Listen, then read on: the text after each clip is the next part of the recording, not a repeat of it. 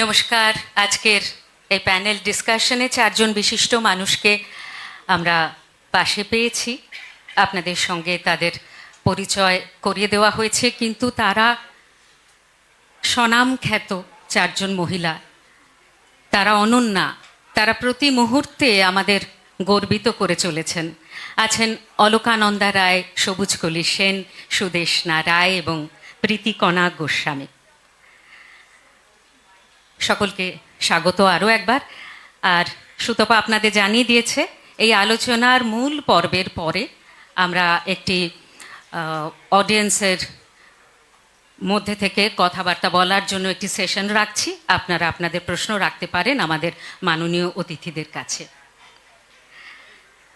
আমাদের সময়কার এক কবির কলম থেকে এক সময় বেরিয়েছিল, অমরাবতীতে যিনি ইন্দ্রাণী, বরুণালয়ে যে অম্বিকা, জমালয়ে যিনি কালরূপা, আর কুবের ভবনে শুভা, বাংলায় যিনি কালিকা এবং ব্রজের কাত্যায়নী, শুক্লপক্ষে যিনি একাদশী, কৃষ্ণপক্ষে নবমী, সর্বজনের খিদে যার পেটে, সব সাগরের তৃষ্ণা, ঘরে যে ঘরণী, পথে ভিখারিণী, মাতৃগর্ভের কন্যা, অফিসে কর্ত্রী, বিমান চালিকা, মহাগ্রন্থের লেখিকা, জাগো জাগো দেবী হে মহামানবী, পৃথিবীর হাসি কান্না। পৃথিবীর হাসি কান্না নিয়ন্ত্রণের ক্ষমতা রয়েছে যে নারীর, আমাদের এতটাই দুর্ভাগ্য যে সেই ক্ষমতাকে স্বীকার করতে এখনো সমাজের কোথাও যেন একটু বাধে। একটা জাতির, একটা দেশের উন্নতির জন্য মেয়েদের উন্নয়ন না হলে সেটা যে অসম্পূর্ণ থেকে যায়, এটা কিন্তু আমরা বুঝেও বুঝি না। এবং এই ক্ষমতায়ন নিয়ে আজকে এত কথা হচ্ছে। আমাদের সঙ্গে যে বিশিষ্ট মানুষেরা রয়েছেন তারা বলবেন তাদের অভিজ্ঞতা থেকে এই উইমেন এম্পাওয়ারমেন্ট বলতে তারা কি বোঝেন। আমি প্রথমেই আসবো সবুজকলিদির কাছে। সবুজকলিদি আজীবন শিক্ষা প্রতিষ্ঠানের সঙ্গে নিজেকে যুক্ত রেখেছেন। শিক্ষাক্ষেত্রে, গবেষণার ক্ষেত্রে, কর্মক্ষেত্রে মেয়েদের হার নিশ্চিতভাবে বেড়েছে গত কয়েক দশকে। এই ছবিটা আপনার অভিজ্ঞতা থেকে একটু যদি তুলে ধরেন। আমি গত 40 বছর আমি অধ্যাপনার সঙ্গে যুক্ত। 40 কেন, 44 বছর বলবো, 1980 সাল থেকে। এবং আমি আসলে যেখানে পড়াশোনা করেছি এবং যেখানে অধ্যাপনা করেছি, প্রায় জীবনটা কেটেছে, সেটা নারী স্বাধীনতারই জয়গান করেছে সেই স্থানটি। সেটি হলো শান্তিনিকেতন। বিশ্বভারতী বলবো না, শান্তিনিকেতন। কাজে সেখানে ছাত্রীদের সংখ্যাটা তো অনেক বেশি। তবে আমি একটা লক্ষ্য করেছি, যেমন এখন আমি যেখানে আছি Ramakrishna Mission Institute of Culture, Gol পার্কে, স্কুল অফ ল্যাঙ্গুয়েজেসে আমাদের 19,900 ছাত্রছাত্রী এক বছরে ল্যাঙ্গুয়েজের। তার মধ্যে 12,700 হচ্ছে নারী, এবং বাকিরা হচ্ছে বয় স্টুডেন্টস। তো এর থেকে বোঝা যাচ্ছে যে কী পরিমাণ মেয়েরা উঠে আসছে। এবং আমি আরও একটা দেখেছি আমার অধ্যাপনা জীবনে, 80 সাল থেকে আমি পড়াচ্ছি, প্রথম 10-15 বছর মেয়েরা একটু, ছাত্রীরা অত যে পড়াশোনায় দিচ্ছে এবং কম্পিটিশানে নামতে হবে সেটা ছিল না। অনেকটা তাদের ছিল এরপরে যা হয় আর কি, গান শিখলাম, শান্তিনিকেতনে আছি, বিভিন্ন কিছু শিখে বিয়ে করে চলে যাব। শেষ 25 বছর আমি দেখেছি ছাত্রীরা আসার পর থেকেই তারা ফোকাসড। তারা জানে যে আমাকে দাঁড়াতে হবে এবং আমাকে কোনো একটা অর্থনৈতিক স্বাধীনতা পেতে হবে। এবং কি শান্তিনিকেতনে কি গোল পার্কে প্রতিটি ক্লাসে ফার্স্ট সেকেন্ড হতো, কিন্তু ছাত্রীরা এখনো এখানে সেটা দেখতে পাচ্ছি। যে এখানে ছাত্রীদের একটা, মেয়েদের একটা বিষয় থাকে, তাকে সব সময় প্রমাণ করতে হয় যে আমি পুরুষের সঙ্গে সমান। এটা শুধু ছাত্রী জীবনে না, আমরা আমাদের কর্মজীবনেও দেখেছি। একদম, যখনই আমরা কোনো একটা পদে গেছি, উচ্চ পদে, তখনই আমাকে প্রমাণ করতে হয়েছে যে তুমি যেরকম কাজ করো আমি তোমার থেকে ভালো করে করতে পারি। এবং এই জন্যই আমার অভিজ্ঞতায় দেখা গেছে যে মেয়েরা যেখানে কাজ করে, পুরুষেরা রাগ করবেন না, তারা পুরুষদের থেকে অনেক ভালো করে এবং মেথডিক্যালি করে এবং কাজটার মধ্যে কোনো রকম ফাঁকি থাকে না, অথচ সেই মেয়ে কিন্তু বাড়িতে রান্না করছে, অফিসে আসার আগে সন্তানের টিফিন তৈরি করে দিচ্ছে, রাত্রে এসে কি করবে, এবং অফিস থেকে বাড়ি গিয়ে তার স্বামী তিনিও ফিরেছেন, তাকে কিন্তু চা করে দিচ্ছে। ঠিক, যে এই তাগিদটা মেয়েদের মধ্যে দেখতে পাচ্ছি, এবং এখন তো আমি সব জায়গাতেই দেখছি, আপনারাও দেখছেন যে মেয়েরা কত এগিয়ে চলেছে ক্ষমতায়ন। শান্তিনিকেতনের কথা প্রসঙ্গে আমার একটি কথা মনে এলো। আমার মা শান্তিনিকেতনের ছাত্রী ছিলেন, ছোটবেলার কথা বলছি, স্কুলে পড়তেন পাঠভবনে। তো সে অনেক বছর আগেকার কথা, তখন ভিসি রথীন্দ্রনাথ ঠাকুর। তো আমি তার কাছে গল্প শুনেছি যে ওদের ক্লাসে বিভিন্ন বিষয়ের ক্যাপ্টেন থাকতো। তো হয়তো কিচেন ক্যাপ্টেন কিংবা খেলার ক্যাপ্টেন কিংবা শাস্ত্র বিভাগের, সাহিত্য বিভাগের, কিন্তু সেই ক্যাপ্টেন একজন না, দুজন, একটি ছেলে এবং একটি মেয়ে। মানে সেই গুরুদেব রবীন্দ্রনাথ তার আশ্রম ভাবনাটা কিভাবে, এই যে সমতার ভাবনা, কত বছর আগে একটি ছেলে একটি মেয়ে সমানভাবে কাঁধে কাঁধ মিলিয়ে একই কাজ করবে, একই গুরুত্ব তারা পাচ্ছে, সেই ভাবনাটাকে চালিয়ে দিয়েছেন অত আগে থেকে। এটা ভাবতে আমার ভীষণ একটা খুব ইন্টারেস্টিং লেগেছিল শুনে। সেটা এখনো আছে। যেমন আশ্রম সম্মেলনের সম্পাদক সম্পাদিকা, সেবা বিভাগের সম্পাদক সম্পাদিকা, সংস্কৃতি বিভাগের সম্পাদক সম্পাদিকা, কাজে মেয়েদের ওই তখন থেকেই একটা ক্ষমতায়নের যে ধারণাটা তাদের চলে আসে, তখন থেকেই শান্তিনিকেতনে সেটা প্রতিষ্ঠিত, নেতৃত্বের দেওয়া ক্ষমতাটা। একদম একদম। আচ্ছা দিদি, এই যে কর্মক্ষেত্রের কথাটি আপনি তুললেন, মেয়েদের ক্ষমতায়নের সঙ্গে তার কর্মক্ষেত্র অঙ্গাঙ্গিভাবে জড়িত। তো সেই কর্মক্ষেত্রে যদি এরকম একটা সুস্থ স্বাস্থ্যকর পরিবেশ দেওয়া যায়, যেখানে সে সমান গুরুত্ব পাচ্ছে, একটি পুরুষের মতন সমান অধিকার পাচ্ছে, তো এই সমানতার যে একটা পরিবেশ, সাম্যের পরিবেশ, এইটার জন্য আমরা কি করতে পারি? আপনি বিশ্বভারতীতে দেখেছেন, শান্তিনিকেতনে দেখেছেন, কিন্তু ওভারঅল যদি একটা ধারণা আমাদের দেন। এটাতে এর জন্যে পুরুষের সাহায্য দরকার আমি মনে করি। অর্থাৎ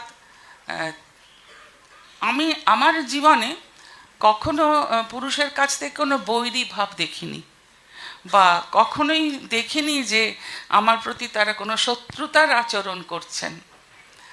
কাজেই আমি নিজে ওই দিকটা বুঝিনি, কিন্তু আমি অন্য জায়গায় দেখি সেইখানে একটা সুস্থ পরিবেশ স্বীকার করতে গেলে মেয়েদের অনেক রকম সমস্যা আছে। তার জন্য সরকার থেকে নানা ধরনের হ্যারাসমেন্ট সেল বলুন বা যাই বলুন, প্রত্যেকটা ইনস্টিটিউটে সেটা তৈরি করা হয়। সেখানেই পুরুষের একটা সহযোগিতা দরকার, শুধু মেয়েরা একা এগিয়ে এলে হবে না। আমি নিজে মনে করি একটি মেয়ের ক্ষমতায়নের জন্য প্রথম দরকার তার আত্মবিশ্বাস, দ্বিতীয় শিক্ষা।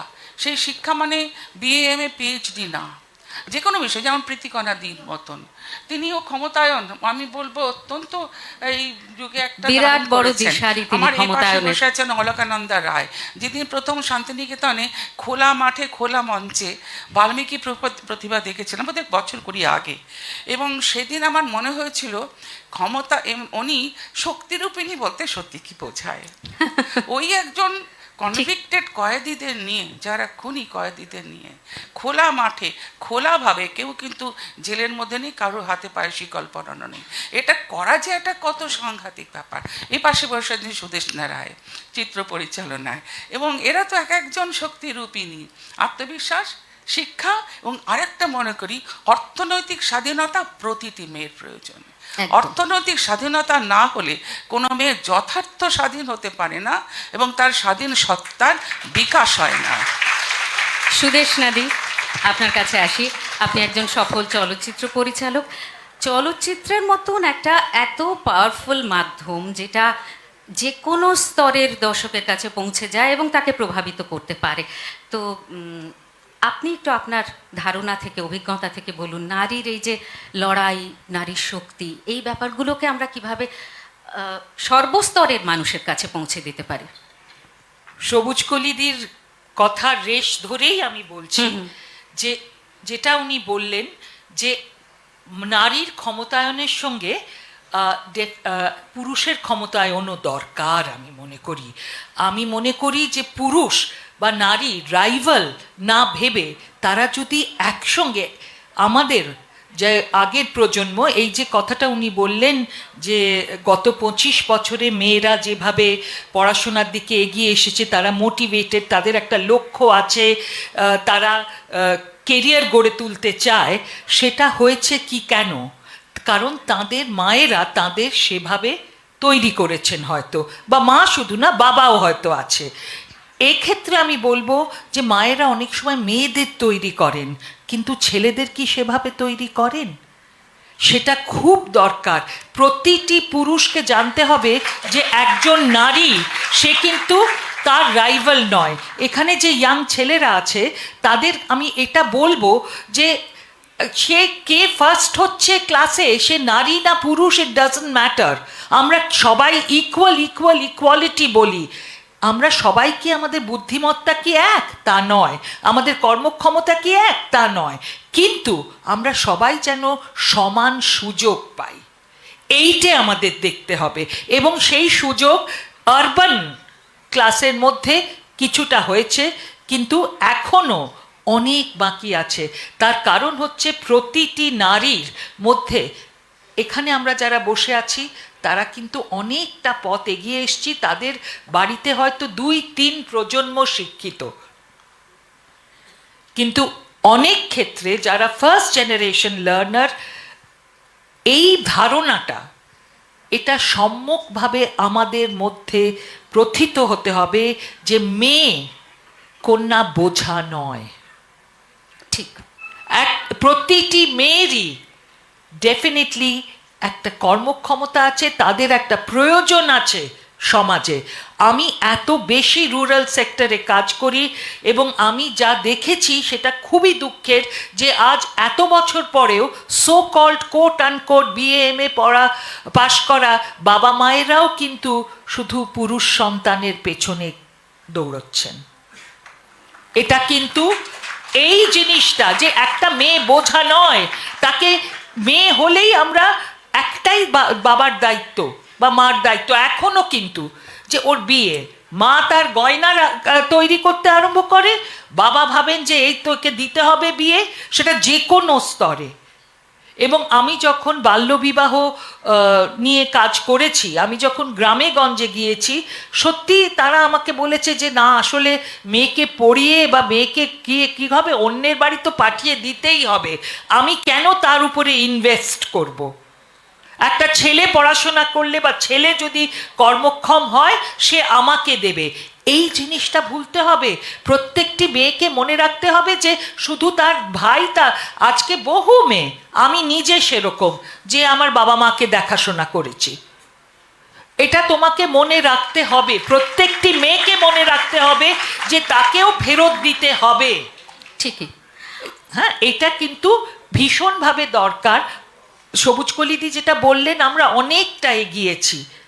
আমি মনে করি আমরা যে 4 জন এখানে আছি, তাঁরা তো আছি, আপনারা সামনে আছেন, তাঁরাও আছেন, কিন্তু আরও এটা নিজের মনটাকে আগে ঠিক করতে হবে। এবং প্রত্যেকটি মেয়ের মধ্যে আত্মসম্মান বোধ দরকার, যে আমি মেয়ে মানে আমি ফেলনা নই, আমি অঙ্ক না পারলে আমি আঁকতে পারি, সেলাই করতে পারি, সেটাই আমার শক্তি, এটা মনে রাখতে হবে। আমি রান্না করতে পারি, সেটাও আমার শক্তি। সবাইকে যে সায়েন্স পড়ে বৈজ্ঞানিক হতে হবে বা দর্শন পড়ে বা সবাইকে সিনেমা বানাতে হবে, তার কোনো মানে নেই। আমি যে কাজটা করব শক্তিটা খুঁজেও নিতে হবে, নিজের ভিতরের শক্তিটা, সেটা উনি সেলাইয়ের মধ্যে খুঁজে পেয়েছেন, সেটা প্রীতিকণাদি বলবেন।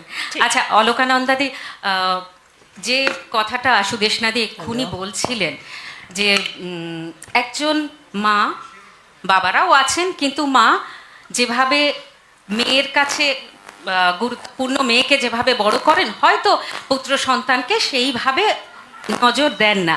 তো আমাদের তো একটা মানে মেয়েরা মায়ের জাত আমরা বলি, আর আপনি সংশোধনাগারে বিপ্লব ঘটিয়েছেন, সেখানে আমি জানি আপনাকে আমরা জেল জননী বলে জানি।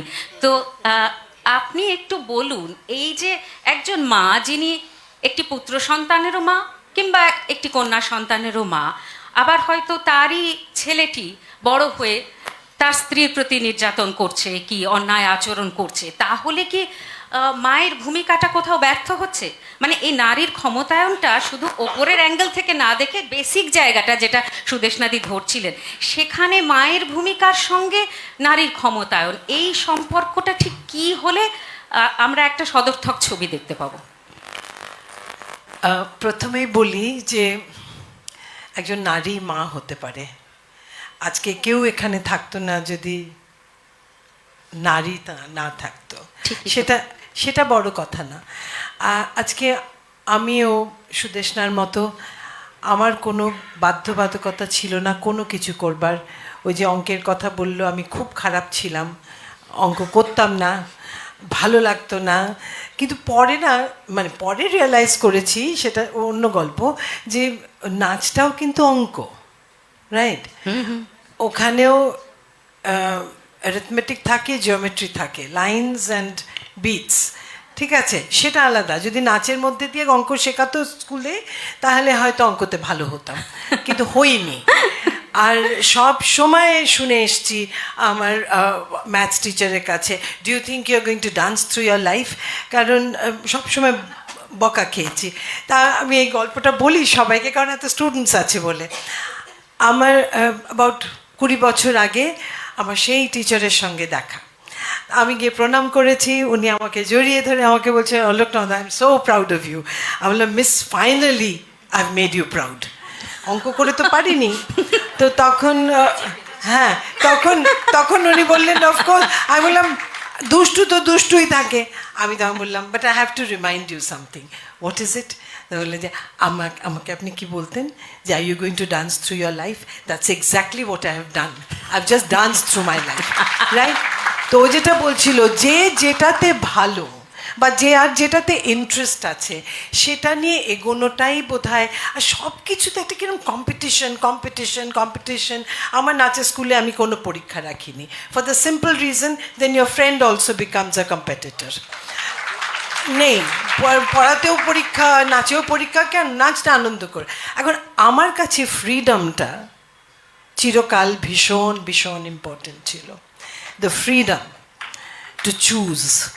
আমি যা করব, স্বাধীনতা আমি পেয়েছি, আর সেটা আমি অ্যাপ্রিসিয়েট করি। ঠিক, আমি পাইনি বলে যে আমি বুঝি তা না, আমি পেয়েছি বলে বুঝি। আজকে যদি কেউ বলে কত স্ট্রাগল, এই আমার কারেকশনাল হোমেও সংশোধনাগারে করতে গিয়ে অসুবিধা কি হয়নি? কিছু কোনো রকম বাধা কিছু কি আসেনি? বাধাটাকে বাধা মনে করলে সেটা বাধা হয়ে যায়। যদি আমি মনে করি ইটস আ পার্ট অফ, মানে আমাদের যে কাজটা করব সেটা করতে গেলে সব কিছু স্মুথ হয় না, কোনো কিছুই স্মুথ হয় না, কিন্তু আমরা যেন ওটার জন্য বেচারা হয়ে না থাকি। আমরা মেয়েরা অনেক সময় বেচারা ভাবি নিজেদের, সেটা ভীষণ ভুল। আমাদের শক্তিটা আমরা নিজেরা বুঝি না, সেটা কেউ বুঝিয়ে দিতে পারবে না, পুরুষরাও না, নিজেকে বুঝতে হবে। কিন্তু ওই যে আবার সব কিছুর মধ্যেই তো আমাদের রবীন্দ্রনাথ আসেন। উনি তো একটা এইটুকু গানের মধ্যে বলে দিয়েছেন, আমি চিত্রাঙ্গদা, আমি রাজেন্দ্র নন্দিনী, নহি দেবী নহি সামান্যা নারী, পূজা করি মোরে রাখিবে ঊর্ধ্বে সে নহি, হেলা করি মোরে রাখিবে পিছে সে নহি। আমি পাশে থাকব, আমাকে সমান অধিকার, সমান সম্মান দিতে যে পারবে সেই আসল পুরুষ। ঠিক তাই আমরা যেন সমান অধিকার পাই, অধিকার পেলে সবাই সমান। আর আমি ছেলেদের একটা কথা খালি বলছি, যখন কষ্ট হবে প্রকাশ করবে, কাঁদবে। কাঁদাটা মেয়েলি না, শুধু মেয়েরা কাঁদতে পারবে সেটা ভুল। অনেক সময় চেপে থাকলে অনেক সময় অন্যভাবে সেটা প্রকাশ পায়, সেটা আমি নিজে দেখেছি বলে, নিজে সেটা এক্সপিরিয়েন্স করেছি বলে আমি এটা তোমাদের বলছি। Feel free. একটা জিনিস আমি শুধু বলতে চাই, ওই নারী আর পুরুষের সমান হওয়ার ব্যাপারে। আজকে যদি একজন মেয়ে পুরুষের মতো একটা জ্যাকেট ট্রাউজার পরে বেরোয়, তাকে ভীষণ স্মার্ট দেখায়, তাই না? আমরা স্মার্ট ভাবি, একজন পুরুষ যদি একজন নারীর মতো সাজতে চায়, তাকে কি লোকে সেইভাবে অ্যাপ্রিসিয়েট করে না। What is wrong? এটা তোমার কাছে তুমি যেটা ভালো মনে করবে, উইদাউট হার্টিং সামবডি। আমাদের মেয়েদের মতো সাজলে মেয়েদের মতো হওয়াটা কি কিছু ছোট হওয়া? না, সবাই সমান আমরা। বাহ, একদম। এই সূত্রে একটা ছোট্ট কথা বলতে চাই, যে যখন মেয়েরা প্রথম প্যান্ট বা জিন্স পরেছে, যখন তারা বেরিয়েছে, আমার ছোটবেলার কথা আমি বলছি, 70-এর দশকে, হ্যাঁ, সেই সময় কিন্তু সেটাকেই অনেক রকমের কথা বলা হতো এবং আমাদের কিছুটা ব্রাত্য করা হতো, বলা হতো যে এ হাই সোসাইটির ট্যাশ মেয়ে, এরকম অনেক কিছু বলা হতো। আস্তে আস্তে আজকে এমন একটা দিন এসেছে যখন সবাই প্যান্ট শার্ট মেয়েরা পরছে, সালোয়ার কুর্তা পরছে, তাদের আমরা অ্যাকসেপ্ট করছি, তাহলে ছেলেদের কেন করব না? তোমরাও যদি মনে করো যে হ্যাঁ, আমার এক বন্ধু ছিল, সে আমাকে রোজ শাড়ি কিনে দিত, যে শাড়িটাই তার পছন্দ হতো। আমি বলতাম তুই আমাকে এত শাড়ি দিস কেন? ও বলতো কারণ আমি শাড়িটা পরতে পারছি না, তো তুই পরলে আমার দেখে মনে হবে, কিন্তু তোমার যদি পড়ার ইচ্ছে হয় পড়ো, দের ইজ নাথিং রং, কিন্তু ভালোভাবে পড়ো। Thank you. এই ব্যাপারে আরেকটা কথা, আপনাদের দুজনের কথার মধ্যে থেকে এটা উঠে এসেছে যে ফেমিনিজম মানে পুরুষ বিদ্বেষ নয়, একদমই নয়। একজন ফেমিনিস্ট তিনি পুরুষ বিদ্বেষের কথা বলেন না, তিনি সমান অধিকারের কথা বলেন, সমান মর্যাদার কথা বলেন। তো এই একটা যে দেগে দেওয়া হয়েছে, এই ব্যাপারটা একটু ক্লিয়ার করে দেওয়া ভালো আমার মনে হয়, সেটা যদি আপনারা বলেন। আমি আমার দিক থেকে একটা জিনিসই বলতে পারি, এটা আমার ছেলেকেও আমি যেটা শিখিয়েছি। আমার মনে আছে যে যখন ও বড় হচ্ছে, আমি তখন ভীষণ কাজ করছি, আমি নিজের ফিল্মের কেরিয়ার তৈরি করছি, সাংবাদিকতা করছি। আমার না ওকে সেইভাবে পরিচর্যা করার, আলাদা করে যে ওর জন্য রান্না করব, ওর জন্য জামা কাপড় ওকে পরিয়ে দেবো, স্কুলের জন্য রেডি করব, সেই সময়টা ছিল না। কিন্তু আমি রোজ ওর সঙ্গে 2 ঘন্টা সময় শুধু ওর সঙ্গে কাটাতাম, সেটা নানান বিষয়ে কথা বলে, রান্না করে নয়, খাইয়ে নয়, তাকে জামা কাপড় দিয়ে নয়, তার সঙ্গে বেড়াতে গিয়ে, তার সঙ্গে সিনেমা দেখে, ছোটবেলায় তার সঙ্গে অন্যান্য টেলিভিশনের কিছু দেখে, বই পড়ে এইভাবে শিখেছি। এবং সেই জন্যই আমার কোনো দিনই ও মেয়েদেরও যেরকম রেসপেক্ট করে, সেরকম ওর মাকে রেসপেক্ট করে, ওর বাবাকে রেসপেক্ট করে। এবং মা যে সবসময় আমি যদি বলি তোর জন্য এত করলাম, তুই এখন আর আমার সঙ্গে কথা বলিস না, কি করে কথা বলবে? কারণ মায়েরা রান্না করতে এত ব্যস্ত ছিলেন আর খাওয়াতে এত ব্যস্ত ছিলেন যে ছেলের মন বুঝতে পারেননি। এই ছেলের মন বুঝতে হবে। আর আরেকটা জিনিস, আজ আমার ছেলে আমাকে রোজ খুব বলে যে জানো তো, তোমার জন্য আমার বিয়েটাতে কোনো সমস্যা নেই। আমি বললাম কেন? কারণ আমি কখনো আমার বউকে বলি না মায়ের মতো হয়নি, কারণ তুমি কোনোদিন রান্নাই করোনি। এখানে কিন্তু ওই মায়ের ভূমিকার যে কথাটা আমি তুলেছিলাম, সেটা অনেকটা বেরিয়ে এলো এই কথার মধ্যে দিয়ে। প্রীতিকণাদির কাছে আসি। প্রীতিকণাদি, নারীর ক্ষমতায়ন এক কথায় বলতে গেলে মেয়েদের অর্থনৈতিক স্বাধীনতা, এটা একেবারে প্রধান শর্ত।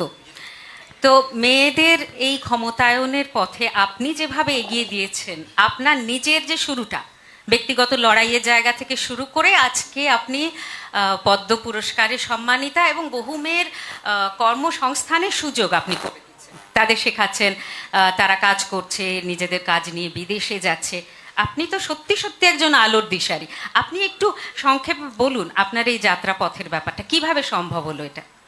নমস্কার, সব বড়দের নমস্কার এবং ছোটদের আমার আন্তরিক শুভেচ্ছা।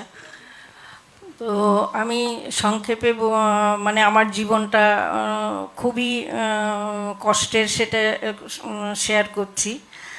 তো আমি বলতে চাই যে প্রথম এই যে নারী পুরুষের কথা হলো, তাতে আমি আমার বাবা, ছোটোবেলায় আমার বাবাকে দেখেছি, আমরা পরপর 5 বোন হয়ে গেছি। তো 5 বোন হয়েছে, আমার বাবার কোনো দুঃখ ছিল না। তো আমার বাবা, হ্যাঁ, আমার বাবা তখনকার দিনে খুব মানে আর্টিস্টিক ছিলেন উনি। তো উনি আমাদের এত উনি আমাদের বন্ধু ছিল। মা একটু কম কথা বলতো, তো মায়ের সঙ্গে কোনো আমাদের ঘনিষ্ঠতা ছিল না। বাবার সঙ্গে সবসময়, বাবার সঙ্গে বাজারে যাব, বাবার সঙ্গে ঘুরতে যাব, বাবা আমরা কিভাবে চলাফেরা করব, কিভাবে কি করব, বাবা সব শেখাতেন আমাদেরকে। এবং বাবার খুব ইচ্ছা ছিল যে আমরা বড় হয়ে চাকরি করব, পড়াশোনা করব, চাকরি করব। তো সেই ইচ্ছার বাবা হঠাৎ করে, আমার যখন 10 বছর বয়স, তখন বাবা হঠাৎ করে 2 ঘন্টার মধ্যে মারা গেলেন। তো আমরা তখন মানে বাবা যে চলে গেলেন, এটা মানে আমরা নিজেরা যে মানে ঠিকমতো ফিল করতে পারছি না যে কি হয়ে গেল, এইরকম একটা ব্যাপার। তো তখন আমাদের অবস্থাটা লাস্টের দিকে খুবই পড়ে গেছিল, মানে খুবই খারাপ অবস্থা। আমরা 5 বোন, মা একজন, 6 জন। বাবা 1 টাকা 12 আনা সংসারে রেখে মারা গেলেন। তো ওই পরিস্থিতিতে দাঁড়িয়ে আমাদের আত্মীয় স্বজনরা সবাই মানে ভালো অবস্থা সকলেরই। আমার ফ্যামিলি ব্যাকগ্রাউন্ডটা বলছি। পান্নালাল ঘোষ আমার আপন জ্যাঠামশাই, এবং নিখিল জ্যোতি ঘোষ, উনিও পদ্মভূষণ উপাধি পাওয়া, উনি আমার কাকা। তো সকলে মিলে আত্মীয় স্বজনরা হেল্প করেছে, করে আমি আমার জ্যাঠার বাড়ি চলে গেলাম, এবং সেখানে স্কুল ফাইনাল পর্যন্ত পড়ে আমি চলে আসলাম মায়ের কাছে। এসে আপনি কি তখন থেকেই সূচিশিল্প? না, হ্যাঁ, আমি চলে আসলাম তখন 1973। তখন এসে আমি তখন কলেজে পড়ব, কিন্তু আর্থিক অবস্থা এত খারাপ যে তখন কি করব আমি মানে ঠিক দিশা করতে পারছি না। তো হঠাৎ আমার বান্ধবীর কাছে, ও সেলাই করতো, একটা মারোয়ারির কাছ থেকে সেলাই এনে করতো। তো ওই পাশে বসে বসে দেখতাম। দেখতে দেখতে একদিন আমি একটুখানি, ও ছিল না, আমি একটু সেলাই করেছি। তো ভয়তে মানে সেলাই করেছি যে ও ফিরে এসে আমাকে বকবে। তো যথারীতি ফিরে এসে সেলাইটা দেখেও বুঝতে পেরেছে যে আমি ওখানে করেছি। তখনও আমাকে বলছে যে তুই আমার সেলাইতে হাত দিয়েছিস? আমি বললাম যে না তো, হাত দিই নেই তো, কারণ আমি জানি যে ওইটা খারাপ হয়েছে, খুলতে হবে। ভয়তে বলছি না, আমি হাত দিইনি। তখন বললাম না, তুই মিথ্যা কথা বলবি না, তুই হাত দিয়েছিস? আমি বললাম হ্যাঁ, একটু চেষ্টা করছিলাম। বললো খুব ভালো হয়েছে, আমার থেকেও ভালো হয়েছে সেলাই, তুই করবি? এই আমার শুরু আর কি। তো তখন আমি বললাম হ্যাঁ করব, আমার তো পয়সার দরকার, আমি কলেজে পড়বো, আমার ইচ্ছা পড়াশোনা করার, এবং বোনরাও পড়াশোনা করছে, ওদেরও একটু হেল্প হলে ভালো হয়। তো তখন ও আমাকে মারোয়ারির ওখানে নিয়ে গেল, নিয়ে গিয়ে আমি সেলাইতে ভর্তি করে দিল। সেই আমার যায়নি, 73 থেকে সেলাই মারোয়ারিদের ওখানে 7 বছর কাজ করলাম। করতে করতে আমার হঠাৎ মানে একটা ছেলে পছন্দ করে মানে বিয়ে করে নিল আর কি। যাই হোক, তো সেই বিয়ে হলো, সেই বিয়ে হয়ে গেল, কারণ গার্জিয়ান না থাকলে যা হয়। তো বিয়ে হয়ে গেল, তারপরে তো শ্বশুরবাড়ি গিয়ে দেখি সে আরও খারাপ অবস্থা। মানে আমার শ্বশুরবাড়ি মানে ওরা 8 ভাই বোন, মানে 4 ভাই 4 বোন, আর শ্বশুর শাশুড়ি, আমি একজন, আরও একজন হলাম। তো গিয়ে দেখছি ভাড়া বাড়িতে থাকে, আর মানে 100 গ্রাম মুড়ি কিনে অতগুলো লোক ভাগ করে খাচ্ছে। ওই অবস্থা দেখে আমি তখন, আমার তো পেটে এত খিদে, তো আমি চিন্তা করছি কিছু করতে হবে। তো আমি তখন আমার শ্বশুরমশাইকে বললাম যে আমি সেলাই করব। তখন বলে হ্যাঁ করো। তা এই আবার সেলাই করতে আরম্ভ করলাম। করতে করতে তা বিভিন্ন জায়গায়ও আমি কাজ করেছি, সংক্ষেপে বলছি, বিভিন্ন জায়গায় কাজ করেছি, করে যা রোজগার করতাম শ্বশুরের হাতে দিতাম। তো দেওয়ার পরে 2 বছর পরে আমার বড় মেয়ে হলো। তো হওয়ার পরে তখন আমি ভাবছি যে মেয়েটার জন্য তো আমাকে এবার যুদ্ধ করতে হবে, নিজের পায়ে নিজেকে আমাকে আরও শক্ত করে দাঁড়াতে হবে। তো এই করে তখন আমি একটু একটু করে পয়সা সরাতে আরম্ভ করলাম। তো যেই ওরা টের পেয়ে গেল এই অশান্তি, বিশাল অশান্তি, লাস্টে যাই হোক আমি সেলাই করে করে করে করে সংসারে হেল্প করছি, মানে অশান্তির মধ্যেও আমি কাজ করছি, মানে যুদ্ধ করে কাজ করছি। করতে করতে তারপরে তো বড় মেয়ে যখন 6 বছর বয়স, তারপরে আর একটা মেয়ে হলো। তো সেই মেয়েটা যখন 2 বছর বয়স, তখন আমি যোধপুর পার্কে সেলাই করি। তো তখন আমাকে বলছে, আমার শাশুড়ি বলছে তোমার মেয়েকে আমি রাখতে পারবো না, তোমার মেয়েকে ঘাড়ে করে নিয়ে গিয়ে তুমি কাজ করো। তো আমি তখন বললাম ঠিক আছে। আমার মেয়েকে ঘাড়ে করে নিয়েই আমি কাজ করব। মেয়েকে নিয়ে গিয়ে যাদবপুরে আমার বাপের বাড়ি, সেখানে মেয়েকে রেখে মার কাছে আমি যোধপুর পার্কে চলে যেতাম কাজ করতে। সেইখান থেকে ফিরে রাত্রেবেলা আবার ঘাড়ো করে মেয়েকে নিয়ে গাঙ্গুলি বাগানে আসতাম শ্বশুর বাড়িতে।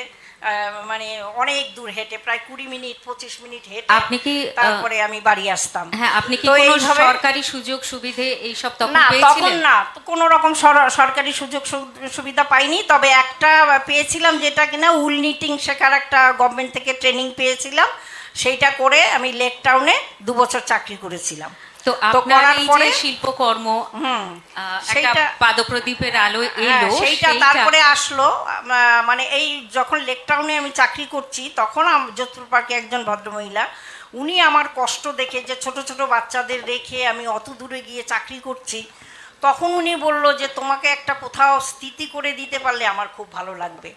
তখন উনি কি করলেন, Ruby Pal Chowdhury, craft council of west বেঙ্গলের রুবি পাল চৌধুরী, উনি সেক্রেটারি ছিলেন। ওনার সঙ্গে আমাকে একদিন হঠাৎ মানে পরিচয় করিয়ে দিলেন। দেওয়ার পরে তখন উনি ওনার ইচ্ছা যে একটা সেন্টার করার, মানে নকশি কাঁথার। ওই প্রথম 1990-তে আমি একটা সেন্টার শুরু করলাম, এবং সমস্ত বাড়ির থেকে সব মেয়ে বউদের ডেকে ডেকে এনে আমি ওই প্রথমে ওই এক নকশি কাঁথা কী জিনিস আমি জানতাম না। বিভিন্ন রকম এমব্রয়ডারি করেছি, সব রকম কাজ করেছি, কিন্তু নকশি কাঁথাটা যে কী জিনিস সেটা জানতাম। এমনি শান্তিনিকেতনের কাঁথা স্টিচ দেখে করেছি, সব কিছু করেছি। নকশি কাঁথা বাংলাদেশ থেকে একটা স্যাম্পেল এনে আমাকে দেখালেন রুবিদি, এবং দেখিয়ে বললেন যে এইটা যদি শিখে তুমি মেয়েদেরকে শেখাতে পারো তাহলে এর বিশাল ভবিষ্যৎ। তখন আমি ওইটা 3 দিন 4 দিন বসে বসে বসে বসে ওইটাকে প্র্যাকটিস করে শিখে তারপর মেয়েদেরকে শেখাতে শুরু করলাম। সেইটাই তখন একটা ব্রেক সেটা- আপনার জীবনে হ্যাঁ, বলা যায়। সেইটা আমার একটা মানে ধাপ, উন্নতির ধাপ একদমই। আর কি। তো সেন্টার রুবিদি শুরু করে দিয়ে আমেরিকা চলে গেলেন। আমেরিকা থেকে ফিরে এসে আমার কাজ দেখে, মেয়েদেরকে শেখানো দেখে উনি বললেন যে মানে আমার আনন্দে চোখে জল আসছে, বাহ। মানে এত ভালো আমি শিখিয়েছি। খুব ভালো। তো আমার তখন আরও উৎসাহ হতে লাগলো। ক্রমশ আমি মেয়েদেরকে শেখাতে শুরু করলাম। তারপরে সেন্টারও বড় হতে শুরু করলো, গভর্নমেন্ট ট্রেনিং দিতে শুরু করলাম মেয়েদেরকে। মেয়েরাও খুব উৎসাহিত, এবং সমস্ত যে প্রোডাকশন হতো সব বিদেশে বিক্রি হচ্ছে, প্রচুর দামে বিদেশে বিক্রি হচ্ছে। তো এই কাজ করতে করতে রুবিদির ওখানে প্রায় 30 বছর কাজ করলাম। করার পরে তার মধ্যে যে পুরস্কার পাওয়া যায় সেইটা আস্তে আস্তে জানতে পারলাম। আচ্ছা। জানতে পেরে প্রথম আমি গোপনে আমি ডিস্ট্রিক্টে কাজ জমা দিলাম, ডিস্ট্রিক্টে ফার্স্ট হলাম। ফার্স্ট হওয়ার পরে তারপর স্টেট অ্যাওয়ার্ড পেলাম। স্টেট অ্যাওয়ার্ড পাওয়ার পরে আমি ন্যাশনালের দিকে তখন আমি ঝুঁকছি যে ন্যাশনাল অ্যাওয়ার্ড কী করে পাওয়া যায়।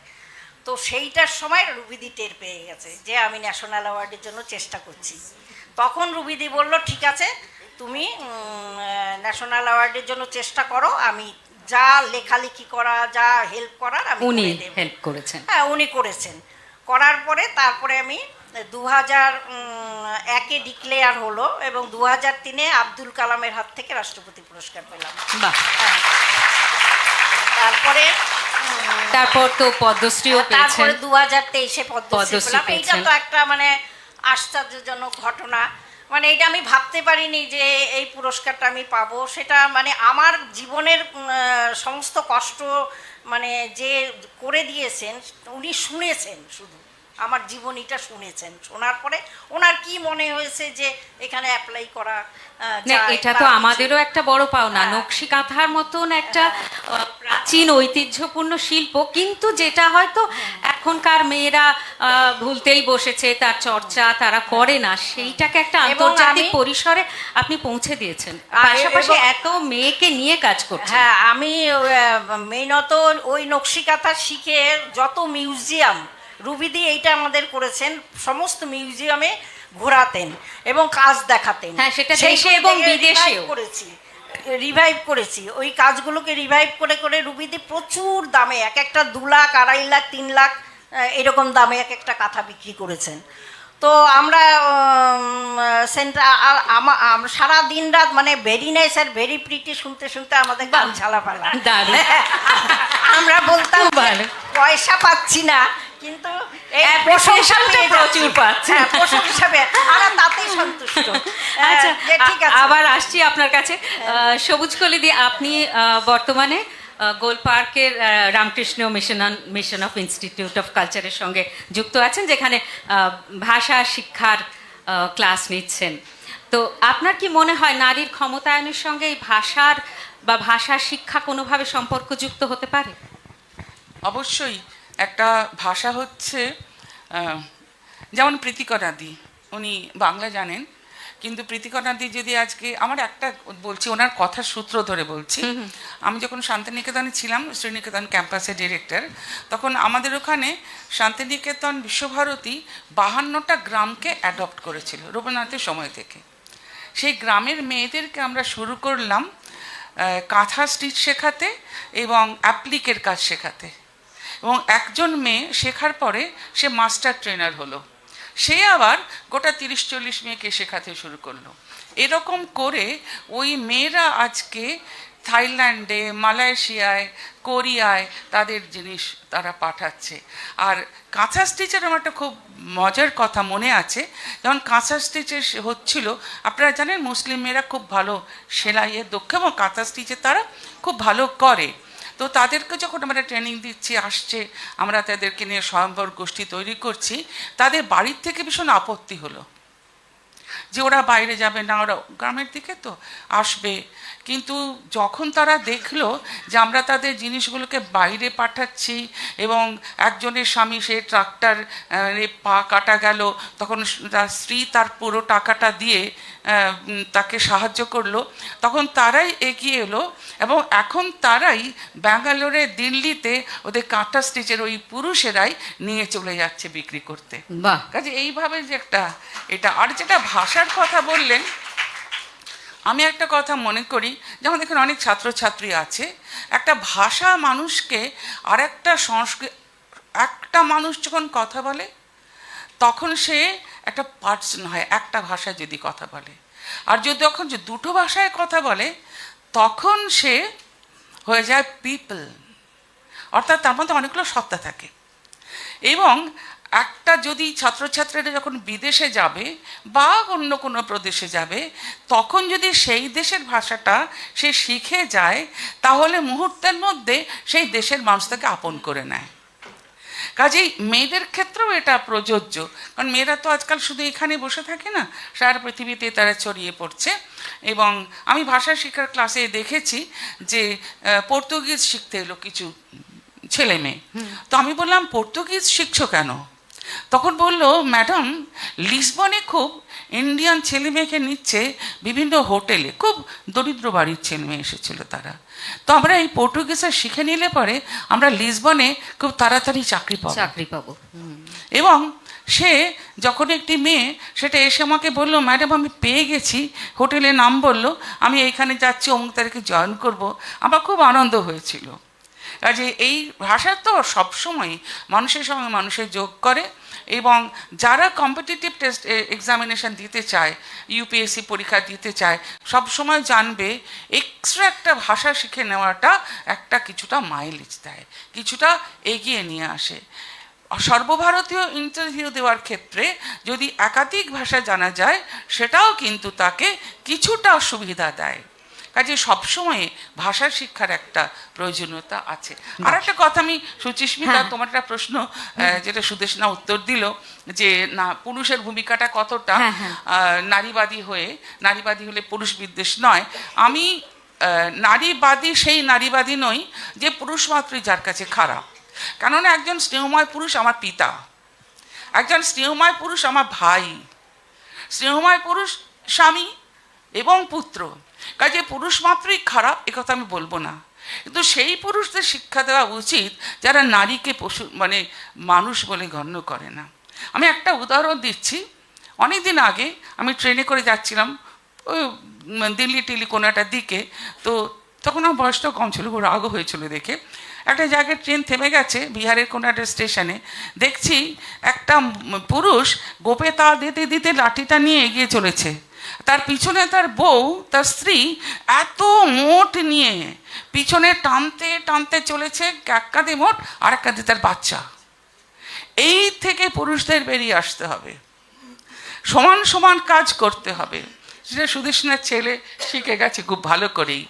দুজনে সমানভাবে কাজটাকে ভাগ করে নিতে হবে, সেই নারীবাদে আমি বিশ্বাসী, এখানে একদম। পুরুষ আমাদের সহায়ক। মানে আজকে আমার ছেলের বউয়ের মায়ের অসুস্থতা এবং হাসপাতালে পুরো জিনিসটা আমার ছেলের বউ দেখছে, ওদের বাড়িতে 4 বছরের বাচ্চাকে দেখার কেউ নেই, আমার ছেলে ছুটি নিয়ে সেটা করছে। এই জিনিসটা কিন্তু করতে হবে, এটা প্রত্যেকটি ছেলের। আমি একটা ছবি করেছি, সেই ছবিতে বাণী বসু এই গল্পের উপরে, এবং সেখানেও এই জিনিসটাই বলা হচ্ছে, একটা ছেলে যখন খুব মুশকিলে পড়ে, সংসারের সমস্ত দায়িত্ব মেয়েদের উপরে দিয়ে দিলে হবে না, এটা ভাগাভাগি করতে হবে। কোনো সময় যদি দরকার হয় যে মানে একটা বাচ্চাকে দেখতে হবে, সেটা শুধু মা করলে হবে না, বাবা এবং দরকার হলে রান্নাও একটু করতে হবে, আমার ছেলে বাচ্চাদের টুইন্স, ওদের স্নান করায়, ওদের খাওয়ায়, ওদের সব কিছু করে। কখনো তো আমারও মনে হয় না, কারোরই মনে হয় না যে এটা এটা কেন এটা ওর করছে। কাজ নয়। হ্যাঁ, আমি আরেকটা জিনিস যেটা সবসময় কোয়েশ্চেন করি, যে আজকে যেরকম একজন মানে খুব সাকসেসফুল একজন পুরুষ, সে বাইরে কাজ করতে যাচ্ছে, তার স্ত্রী ঘর সামলাচ্ছে, ফাইন, ঠিক আছে। আজকে যদি একজন মহিলা, সে খুব সাকসেসফুল, ইকোনমিক্যালি সাকসেসফুল একজন মহিলা, সে কাজ করতে যাচ্ছে, তার স্বামী যদি মনে করে যে না আমি ঘরটা সামলাবো, সেটা আবার কজন নারী মানবে? সেটাও একটা কোয়েশ্চেন মার্ক, যে কেন না? ও যদি মনে হয় যে ঠিক আছে তুমি ভালো করছো, আমি ঘরটা সামলে দিই, সেটাও যেন কোনোদিন হয়। শাশুড়িরা মানবেন না, শাশুড়িদেরও মানতে হবে, শ্বশুরকে শাশুড়িদের মানতে হবে। এক্ষেত্রে বলবো যে আমি হ্যাঁ, মেনেছি, আমার স্বামীর উপরে আমি পুরো ভার ছেড়ে দিয়ে, কুকুর, আমার ছেলে সব দিয়ে আমি হিল্লি দিল্লি ঘুরে বেরিয়েছি। আরেকটা জিনিস আমি একটা প্রশ্ন করতে চাই, আমরা যারা মেয়েরা, আমি এটা প্রত্যেকবার যখন ট্যুরে গেছি, যখন ইয়েতে গেছি, কোথাও কাজে গেছি, একটা জিনিস আমাকে অনেকেই জিজ্ঞেস করেছে, আচ্ছা তোমার কি, তোমার ছেলে মেয়ে আছে? হ্যাঁ। কত বড়? আমি বললাম 5। আচ্ছা ওকে কে দেখছে? কোনো পুরুষকে কি কখনো এই প্রশ্নটা করা হয়?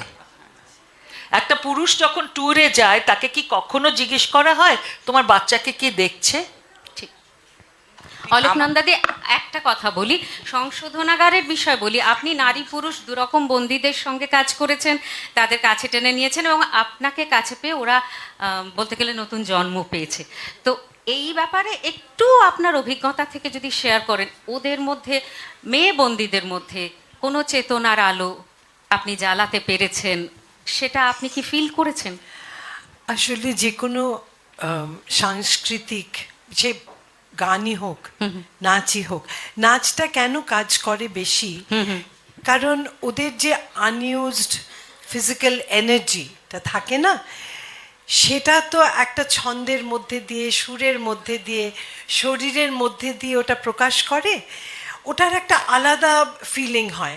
সেটা আমি এখানে বলবো না, একজন আছে, সেও সেটা ফিল করেছে, যে নাচ, ওরা যখন নাচে না, তখন ওরা একদম অন্য জগতে।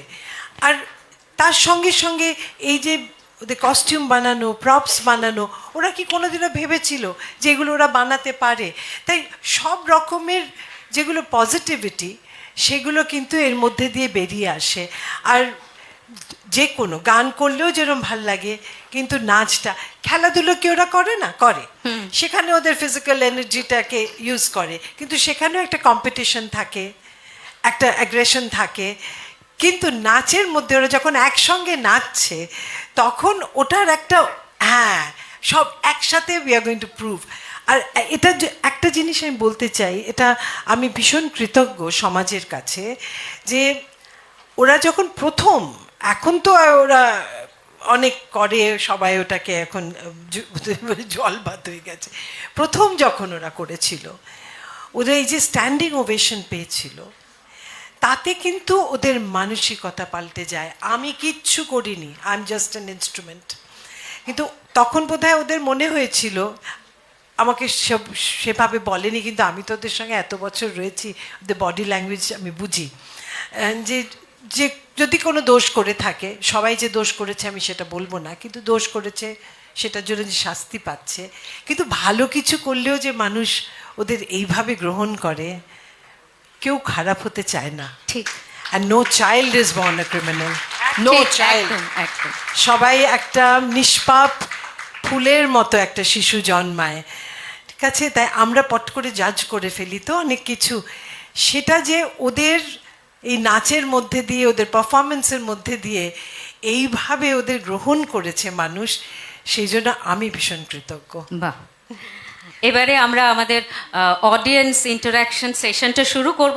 আপনাদের কোনো প্রশ্ন থাকলে করতে পারেন, মাইক্রোফোন আপনাদের কাছে আমি পৌঁছে একটা যাবে। কথা বলতে চাই। হ্যাঁ নিশ্চয়ই বলুন দিদি। আমি বলতে চাই যে প্রথম দিকে আমার স্বামী আমাকে একেবারেই হেল্প করেনি। যখন আমি রাষ্ট্রপতি পুরস্কার পেলাম তখন তারপরের থেকে আমাকে হেল্প করতে শুরু করলো। এবং আমি ইউরোপ গেলাম যখন, তখন আমাকে গভর্নমেন্ট থেকে বলল যে তুমি 6 জন পুরুষ যাবে, তার মধ্যে তুমি একা মেয়ে মানুষ যাবে? আমি এক বাক্যে বলে দিলাম হ্যাঁ আমি যাব। সেইখানে আমি জয় করে আসলাম। তারপরে আমেরিকায় গেলাম, সেখানেও ডেমনস্ট্রেশন দিয়ে আসলাম। এবং সারা ভারতবর্ষ তো আমাদের ঘুরে কাজ করতে হয়েছে, সেটা করেছি। এবং আমার মেয়েকে এই কষ্ট করে যুদ্ধ করে, মানে বিশাল যুদ্ধ, সেটা একটা আরেকটা মানে আরেকটা অধ্যায়। আরেকটা অধ্যায়, সেটা আমার মেয়েকে নিপটে পড়ানো। সেই নিপ সম্বন্ধে আমি কিছু জানি না, মানে কাকে বলে নিপ। তো আমার হাজবেন্ড একজনের কাছে গিয়ে বলেছে, সে বলছে কি তুমি বামুন হয়ে চাঁদে হাত দিতে যাচ্ছ, তোমার মেয়ে পড়বে নিফট। এবং সেইখানে আমার মেয়ে কষ্ট করে বিএসসি পাস করিয়েছি, তারপরে নিফটে পড়েছে। 4 মানে বছর। আপনি ঘরে বাইরে সর্বত্র লড়াই হ্যাঁ, করেছেন, করে আজকে আজকে এই জায়গায়। এবং এবং আমাদের মেয়েদেরকে বিয়ে দেওয়া, তাদের মানে 2 মেয়েকে, ছোট মেয়েকে এমএ পাস করানো, বড় মেয়েকে নিফটে পড়ানো, এবং আজকে আমার বড় মেয়ে এই কাজটাকে নিয়ে সারা পৃথিবীব্যাপী এত নাম করছে এবং খুব বড় একটা পুরস্কার পেয়েছে। এটা আমাদেরও হ্যাঁ, অহংকার, হ্যাঁ, সত্যি। তো এইটা আমার খুব মানে আনন্দ। আচ্ছা, একজন ওখানে হাত তুলেছেন, একটু মাইক্রোফোনটা যদি ওর কাছে দেওয়া যায়।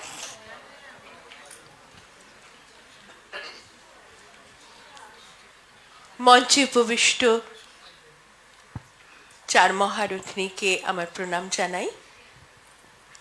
আমার প্রশ্ন একটি অদ্ভুত ব্যাপার নিয়ে, সেটি হচ্ছে বছর 5 আগে আমার বড় ননদ, যিনি উচ্চশিক্ষিতা শিক্ষয়িত্রী, আমার স্বামীকে অনুরোধ করেন যে বাবা অনেকদিন মারা গেছেন, মাও মারা গেছেন, তুই একটু গয়ায় গিয়ে পিণ্ডদান করে আসিস।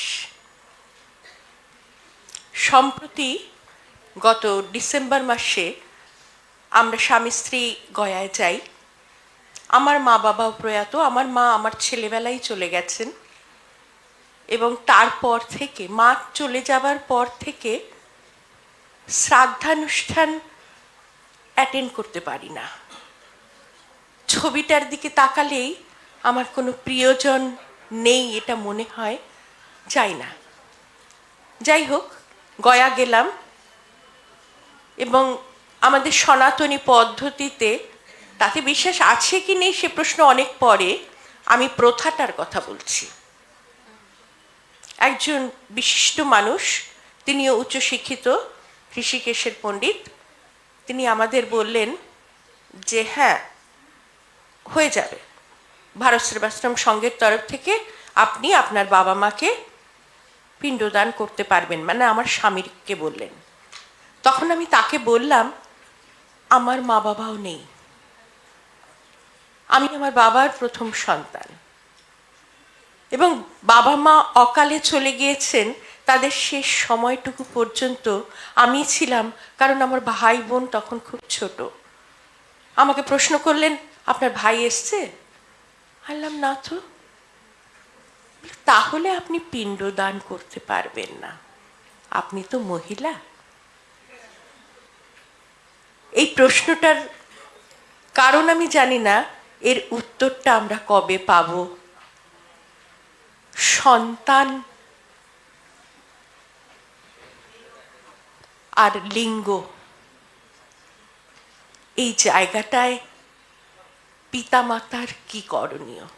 আমার একটি সন্তান, সে কন্যা সন্তান, সে কিছুই মানে না। সে বলেছে তুমি যেদিন চলে যাবে সেদিন চলেই যাবে, তুমি যতদিন আছো ততদিন তুমি আছো।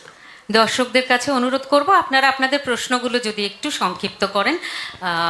এই ব্যাপারে কেউ যদি কিছু বলতে চান ওনার কথার পরিপ্রেক্ষিতে। এই ব্যাপারে এটা বহুদিনের প্রশ্ন, এবং যে সময়ে এই শাস্ত্র বিধি বা বিধান তৈরি হয়েছিল সেই সময়টা একেবারে অন্য ছিল। আজকে সময় অনেকটা পরিবর্তন হয়েছে। এই যে প্রশ্নটা আপনি করলেন, বহু বছর আগে, আমি বলবো 1970-এর দশকে ঠিক এই জিনিসটা নিয়ে ঋতুপর্ণ ঘোষ একটি ছবি করেছিল টেলিভিশনের জন্য, যেখানে তার মার একটি মেয়ে তার মায়ের মুখাগ্নি করবে কিনা বা বাবার মুখাগ্নি করবে কিনা, এবং শেষ অবধি সেটা করেছিল। এবং হ্যাঁ, এর পরবর্তী সময় এটা ছবিতে করেছিল। কিন্তু আমি যেটা বলছি যে এখন কিন্তু বহু মেয়ে এটা করে, কারণ ঈশ্বর তো শাস্ত্রটা বানায়নি, বানিয়েছে তো মানুষ। আমার যদি যে শক্তির কাছে আমি পিণ্ডদান করছি তার বিলিফ আমার মধ্যে, বহু মেয়ে এখন এগিয়ে এসে, তিনি হয়তো খুব প্রাজ্ঞ, তিনি হয়তো খুবই অনেক কিছু জানেন, পণ্ডিত, কিন্তু তিনি এখনকার সময়টাকে এখন এই তাঁর শাস্ত্র দিয়ে বিবেচনা করার মতন জায়গায় নেই। বহু বছর আগে আমি একটি ঘটনা ঘটেছিল, একজন শঙ্করাচার্য এসেছিলেন এবং আমি শুনেছিলাম যে বেদ গান করার সময় একজন মহিলা করছেন বলে তিনি বারণ করেছিলেন। এটা 80-র দশকে। তো তাকে আমি ইন্টারভিউ করতে গিয়েছিলাম এবং আমি তাকে জিজ্ঞেস করেছিলাম যে কেন বলছেন। বলেছে মেয়েরা তো অসুচি, কারণ আমাদের মেনস্ট্রুয়েশন হয় যখন। তো আমি বললাম তার তো সেদিন মেনস্ট্রুয়েশন ছিল কি ছিল না তা তো আপনি জানেন না। বললেন না, তাছাড়া আদুর গায়ে করতে হয়। তখন আমাকে নৃসিংহপ্রসাদ ভাদুরী আগেই বলেছিলেন যে না, বৈদিক যুগে মেয়েরা করতে পারত এবং ওরা জানতেন যে আদুর গায়ে মেয়েকে দাঁড়াতে হবে না, তাদের ওড়না দেওয়া হতো। সুতরাং এই তত্ত্বগুলো একেবারেই এটা পরবর্তীতে মানুষ বানিয়েছে, এবং এইটাকে আমি একেবারেই সমর্থন করি না। আমি মনে করি যে এখন এই যে পুরনো যে এই বিধিবিধান, এগুলোর পর্যালোচনা করা দরকার। আমরা পরের প্রশ্নে আসবো। এক মিনিট একটু বলে দিই, আমি নিজে আমার বাবা মায়ের পিণ্ড দিয়েছি, এবং সেটা হচ্ছে প্রভাসে সমুদ্রের ধারে। সেখানে কোনো পণ্ডিত আমাকে বারণ করেননি এবং আমাকে এই পরিস্থিতির সম্মুখীন হতে হয়নি। আর পুরনো দিনে যখন সুদেষ্ণা যে সময় কথা বলছে, তখন নারীদের উপবিত হতো, মঞ্জি বন্ধন হতো, তারা বেদমন্ত্র পাঠ করতেন, তারা স্বামীর সঙ্গে বসে যজ্ঞ করতেন, এবং তারা পিতামহদের যাদের মানে পুত্র সন্তান নেই তাদের তারা দিতে পারতেন। এরপরে যে মধ্যযুগ পর্যন্ত এসে 19th সেঞ্চুরি পর্যন্ত আমরা যে যুগে ছিলাম, সেইখানে এটা বন্ধ হয়ে গেল। এখন কিন্তু আর আমাকে অন্তত এটার ফেস করতে বারণ করেনি। পরের প্রশ্নে যাব, একটু সংক্ষিপ্ত আকারে যদি প্রশ্নগুলি রাখেন।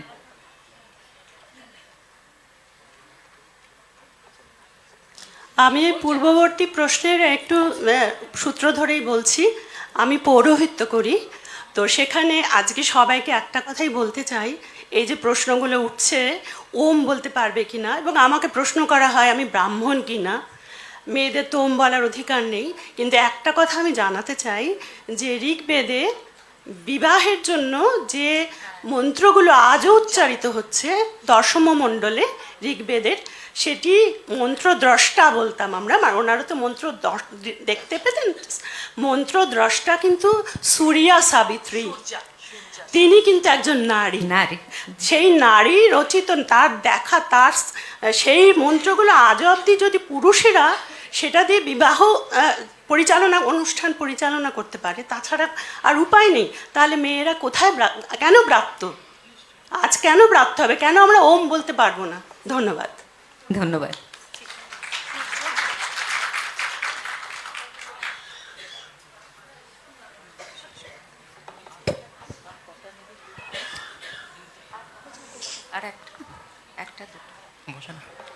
ম্যাম, হ্যাঁ ম্যাম, আমার প্রশ্নটা হলো মানে মেয়েরা সবসময় বলে যে আমরা ছেলেদের মতো হতে চাই, মানে এই যে কম্পেয়ারটা করে, তো একটা মেয়ে তো নিজে ম্যাম সব অধিকার পায়, তারপরেও কেন এই কম্পেয়ারটা করা হয় যে আমি ছেলেদের মতো হয়ে বাঁচতে চাই? একটা মেয়ে তো নিজে একটা সত্তা, তাই না ম্যাম? তো এটাও কি মানে এটা কি ঠিক হয় ম্যাম মেয়েদের?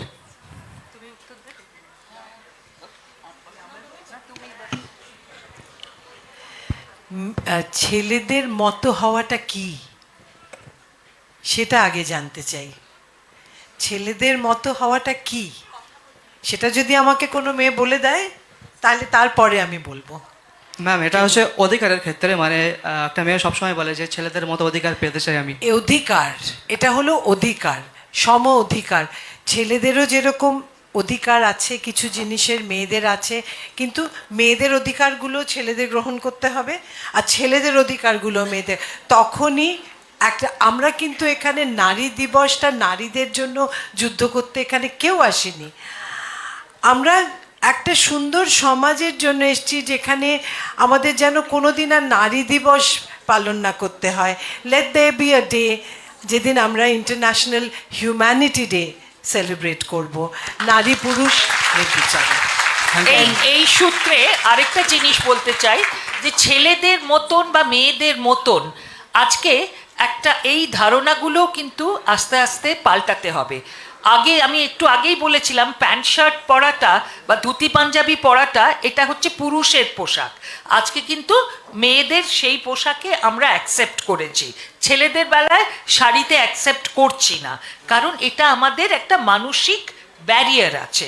আরেকটা জিনিস, ছেলেদের মতন মানে আমি ছেলেদের মতন ছেলেরা এরম হাঁটে। আমাকে বহু মেয়ে গ্রামে বলেছে যে আমার বাবা মা আমাকে দাদাকে যতটা স্বাধীনতা দেয় আমাকে দেয় না। তার একটা কারণও হয়তো আছে যে মেয়েদের হয়তো নিরাপত্তা বোধের সেই জায়গাটায় কিন্তু পুরুষদের সাহায্য চাই। তোমাদের এমনভাবে মানুষ হতে হবে, আপনাদের এমনভাবে নিজেদের মনটাকে গড়ে তুলতে হবে যে একটি মেয়েকে রেসপেক্ট দেবেন। একটি মেয়ে কেন নিরাপত্তাহীনতায় ভোগে? তার কারণ হচ্ছে সেই একটা পুরুষ মানে একটি মেয়ে জামা কাপড়, আমি একটা মেয়ে, হ্যাঁ, আজকে আমার জামা কাপড় নিয়ে অনেকেই প্রশ্ন করতে পারে, কিন্তু বহু পুরুষ আছে যারা সেই জামা কাপড় হয়তো খালি গায়ে ঘুরে বেড়াচ্ছে, সেটা অ্যাকসেপ্টেড। সেটা কেন অ্যাকসেপ্টেড হবে? এইগুলো নিয়েও চিন্তা ভাবনা করতে হবে। পুরুষের মতো হওয়াটা, যেটা আমাদের নন্দাদি জিজ্ঞেস করলেন, মন্নিদি, যে পুরুষের মতো হওয়াটা কি? আমি একটু পা ফেলে ফেলে হাঁটি, সেটা কি পুরুষের মতো হওয়া? আমার গলাটা একটু, আমি ছোট ছোট চুল কাটি, সেটা কি পুরুষের মতো হওয়া? নাকি আমি লড়াই করি, সেটা পুরুষের মতো হওয়া? আমি আমার অধিকারের জন্য বলছি, সেটা কি পুরুষের মতো হওয়া? সেটা মানুষের জন্য।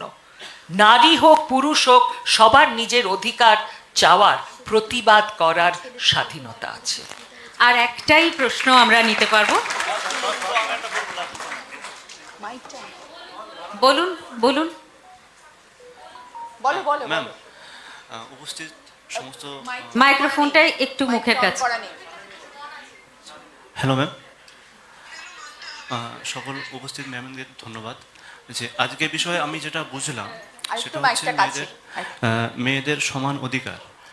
বাট আমার একটা আলোচনা ছিল, প্রশ্ন নয়, যে আমরা দেখতে পাই যে যখন আমি আমার বোন বা আমার মেয়েকে যখন স্কুলে ভর্তি করি বা যখন সে জন্মগ্রহণ করে, তখন আমরা দেখি যে ওর ভবিষ্যৎ নিয়ে আমরা চিন্তা করি। হ্যাঁ, তার পাশাপাশি বিয়ে নিয়েও চিন্তা হয়, বাট আমরা ভবিষ্যৎ নিয়ে বেশি চিন্তা করি যে ভবিষ্যতে ডাক্তার হবে বা কিছু হবে। এবং আমরা দেখি যে সমাজে প্রতিটা পুরুষ মেয়েদের দ্বারাই কন্ট্রোল হয়, কারণ বাড়ির মায়েরাই সব কিছু কিন্তু কন্ট্রোল করে। আচ্ছা, প্রশ্নটি কি? প্রশ্নটি একটু সংক্ষিপ্তভাবে যদি বেরিয়ে আসে। হ্যাঁ, তো দেখতে পাচ্ছি প্রবলেমটা হচ্ছে যখন তার বিয়ে হয়ে যায়, শ্বশুর বাড়ি যায়, সেই শ্বশুর বাড়িতে গিয়ে তার শাশুড়ির সঙ্গে বউয়ের সমস্যাটা ওই জায়গাটায় বেশি হয় ম্যাম।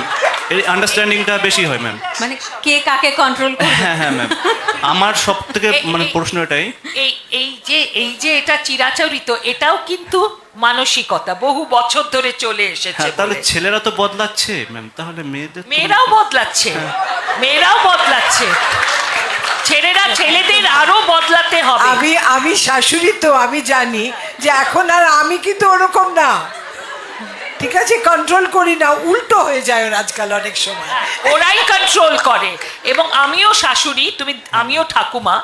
হ্যাঁ, তো আমার ক্ষেত্রেও যেটা হয় যে ওরা আমাকে বলে দেয়, যেদিন আমি আমার নাতিকে দেখাশোনা করছি, ওরা আবার বলে তুমি সময় মতো খাইও, কিন্তু একটু বেশি করো না, একদম। ইন্ডালজ করো না। আর আবার একদিন এসে বলেছে অত স্ট্রিক্ট হয়েও না, ও যদি তুমি একটু ঠাকুমা সুলভ হও না। এইগুলো আমাকে শিখতে হয়, তো আমি শিখি। আমার ছেলেও বলে, ছেলের বউও বলে, ইট ডাজ নট ম্যাটার। এই মানসিকতাটার পরিবর্তন হবে শিক্ষা এবং এই ধরনের আলোচনা চক্রে সবাই পার্টিসিপেট করলে। এরা অসাধারণ। নিশ্চয়ই সেরম পুরুষই হবে, বা এদের মহিলারা সেরম নারী হবেন, শাশুড়ি হবেন, যারা অ্যাকসেপ্ট করবে। আরেকটা জিনিস, মেয়েরাও, আমরাও বুঝি। আমি আমার শাশুড়িকে খুব বুঝতাম, তার কারণ আমি তো আগের জেনারেশন, তো আমার শাশুড়ির একমাত্র পুত্র, তো তার একটা মানে পুত্রের প্রতি স্নেহ ছিল।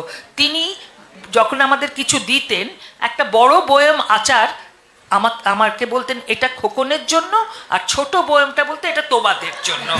তো আমি বলতাম খুব ভালো, কারণ আমি জানি খোকন খাবে না, এটা আমিই খাবো। আমি একটা কথা বলতে এটা চাই, নিয়ে মন খারাপ করে যে কোনো লাভ নেই। আমি একটা- খোকন মায়ের কাছে খোকনই থাকবে। আমি একটা কথা বলতে চাই, আমার শাশুড়ি আমার সঙ্গে খুবই খারাপ ব্যবহার করেছে, যেটা কিনা ভাষা দিয়ে বোঝানো যায় না। কিন্তু আর একটা জিনিস করতো কি, লোকেদের কাছে গিয়ে আমার খুব প্রশংসা করতো পেছনে। আমার মাঝে মাঝে দুঃখ হতো যে আমার সামনে কেন করে না, আমার পেছনে কেন প্রশংসা। আমার ননদরা গিয়ে পেছনে আমার বড় বৌদির মতো এত ভালো বড় বৌদি হয় না। না, আসলে আমাদের কিন্তু- সবারই দুটো সত্তা রয়েছে, আসলে আপনাকে ওরা ভালোই বাসতেন। হ্যাঁ, কিন্তু পেছনে লোকের মুখে শুনতাম যে কই তোমার শাশুড়ি তো খারাপ কথা বলে না, কই তোমার ননদরা তো খারাপ কথা বলে না, কিন্তু সামনে গেলে তোমরা দাও মাছ। আমাদের আজকের প্যানেল ডিসকাশন শেষ করতে হবে। খুব একটা অন্তরঙ্গ একটা কি বলবো, জমজমাট আলোচনায় আমরা এতক্ষণ ছিলাম। আমাদের সঙ্গে ছিলেন অলকানন্দা রায়, সবুজকলি সেন, সুদেশনা রায় আর প্রীতিকণা গোস্বামী। সকলকে আবারও অনেক অনেক ধন্যবাদ। আপনাদের মূল্যবান সময়, মূল্যবান মতামত আমাদের সঙ্গে ভাগ করে নিলেন। আমরা সমৃদ্ধ, আমরা কৃতজ্ঞ। নমস্কার, নমস্কার সকলকে। Thank you.